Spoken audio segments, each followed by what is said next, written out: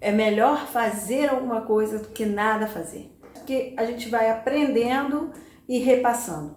A gente não precisa ficar acumulando conhecimento, vamos estar repassando, compartilhando.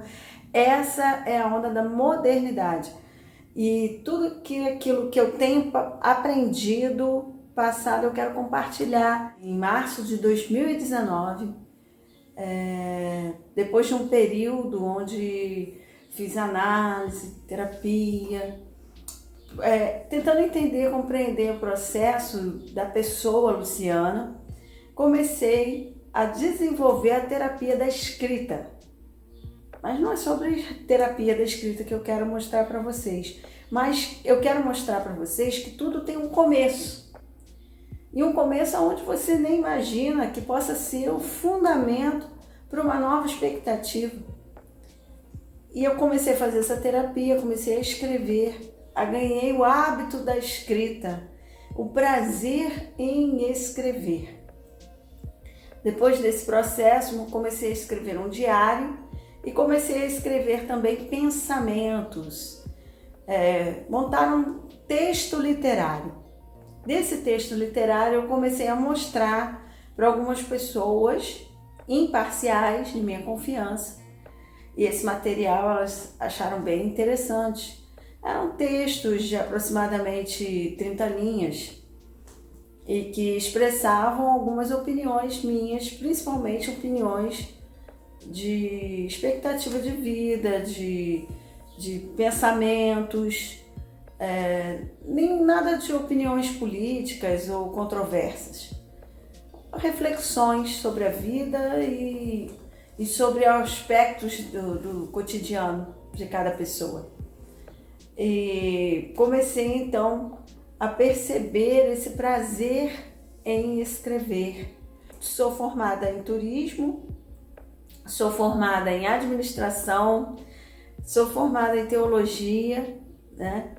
E dentro desses, e eu tenho prazer em estudar. Eu gosto muito de estudar, de adquirir conhecimentos. Eu acho que nessa vibe de adquirir conhecimentos que eu acabei estudando e me formando em várias coisas diferenciadas, né? Então, hoje eu sou escritora. Também tenho formação em música, gente, que absurdo.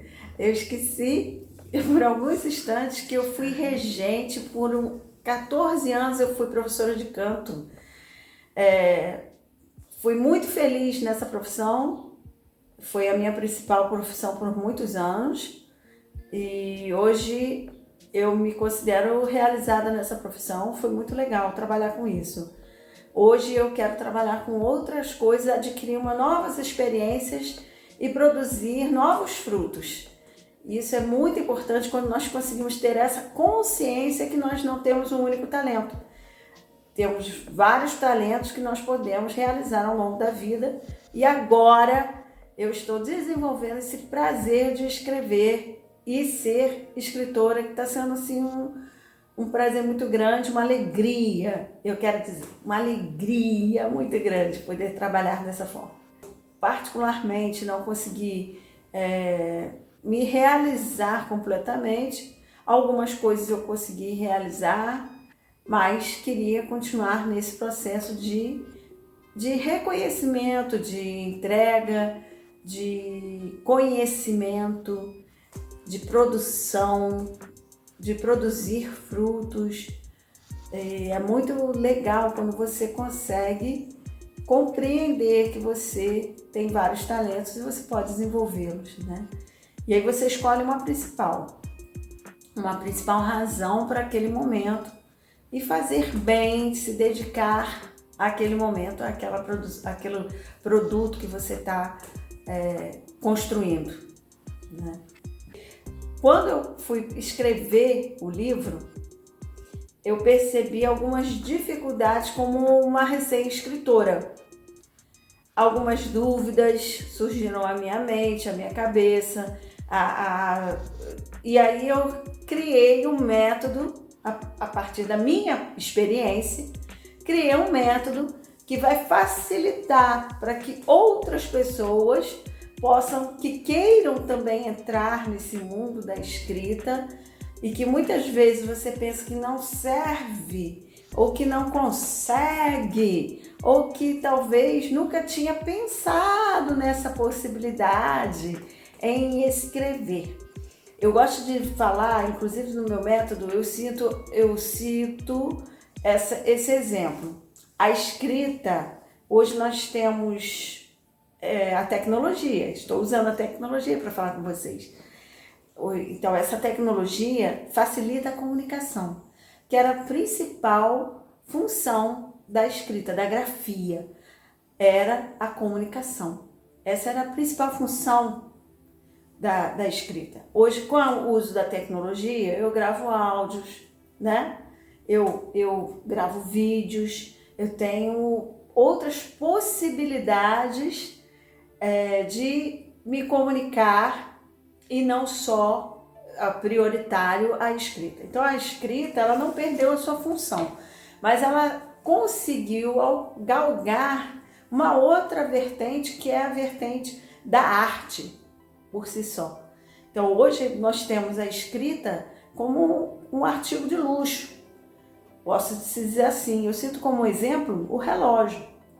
O relógio, ele era prioritário para marcar o tempo e ver as horas. Sem o relógio, as pessoas se perdiam nos seus compromissos. Então, era de uma função prioritária todos terem um relógio de pulso. Hoje, com o advento do celular, nós vemos a hora no celular, nem todos têm relógio, né? A função de um relógio na torre de uma igreja, ele se perdeu com esse tempo, essa função que era exatamente auxiliar aqueles que não tinham um relógio de pulso. Fomos evoluindo, desenvolvendo, mas o relógio continuou tendo uma função, que é aquela função de joia, de adereço, de complemento à vestimenta da pessoa, sem perder também o marcar o tempo e mostrar as horas. O nosso maior inimigo somos nós mesmos. Então, o meu principal desafio é vencer a minha comodidade, a minha baixa estima, a desculpa. Você sabe que a gente arruma uma desculpa? Desculpa de não ter tempo, desculpa de estar ocupado, desculpa de que alguém te chamou, desculpa de que você tem outras coisas para fazer e joga para trás. Por isso, a maior dificuldade é você se organizar e se dedicar a essa arte. Primeira dificuldade é você entender e aceitar que isso é uma arte. Pintar é uma arte, tocar violão é uma arte, e tem artes que eles trabalham com a vertente do bem-estar, que vai produzir em você um bem-estar físico e mental. Andar de bicicleta, fazer uma atividade física, fazer um yoga e, por que não, entender que escrever também é uma atividade onde você vai estar desenvolvendo bem-estar físico e mental para melhoria da sua qualidade de vida. É importantíssimo você direcionar um local físico para que isso aconteça, criar aquele ambiente para que você possa se sentir bem. Você, quando faz atividade física, você procura um local apropriado. No caso, você vai para uma academia. Quando eu faço em casa, só funciona quando eu trabalho um espaço específico para aquela atividade física. Senão, não vai funcionar. Então, o espaço físico é necessário, e quando você acha esse local, esse espaço físico, você cria, não precisa ser grande. Isso que é legal de entender. Você não precisa de um escritório como aquele que a gente vê na novela do Antônio Fagundes. Você só precisa ter um cantinho bem específico que você entenda, memorize, entre na sua mente que aquele canto ali é o canto para você exercer a sua atividade de escrita. É importante você também dedicar o seu tempo, né? Organizar o seu tempo. Tem pessoas que são mais noturnas, então organize o seu tempo para escrever mais à noite. Tem pessoas que são diurnas, eu, por exemplo, sou diurna. Então, eu prefiro acordar cedo, me organizar e trabalhar e escrever na parte da manhã. Acontece no livro porque você fica perdido, achando que o que você está escrevendo é bobagem. É legal isso, porque você sempre pensa, é a questão da estima. Se você tem sua baixa estima, você sempre vai achar que o que você está escrevendo é bobagem. E uma das dicas que eu dou é você criar esses parâmetros. Como que eu vou criar esse parâmetro, se o que eu escrevo é bobagem ou não? Eu separei, a gente fala de grupo meu grupo de apoio, né? Esse grupo de apoio são pessoas que eu selecionei e eu ainda dou uma dica, presta atenção. De primeira, não bota parente não, nesse grupo de apoio. Porque nossos parentes, esposo, esposa, às vezes não está compreendendo essa sua decisão em escrever, a divisão do tempo, a sua divisão do tempo que de repente ele consideraria que seria para ele, aí fica Então, para não haver nenhuma dificuldade emocional, nenhuma interferência emocional, procure esse grupo de apoio de pessoas que possam dar uma opinião imparcial e que sejam de faixas etárias diferentes. E tem um porquê de ser faixas etárias diferentes.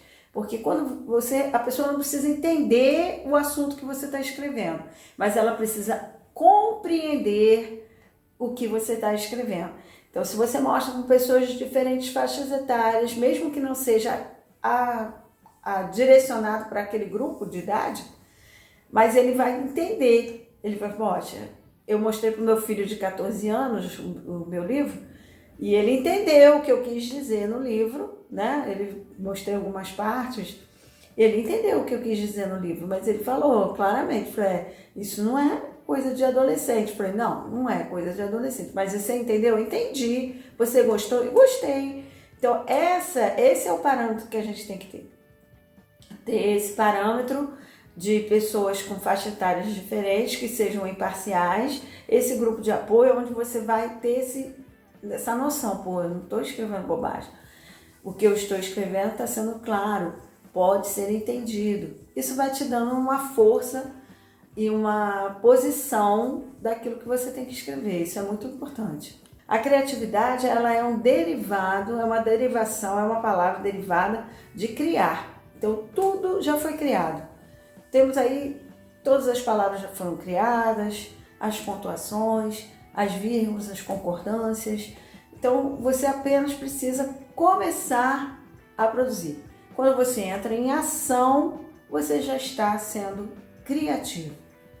Você vai voltar atrás em algumas frases? Sim, você vai recolocar algumas frases em outros pontos? Sim, mas você está produzindo, você já está sendo criativo. Não se preocupa muito com a ordem, né?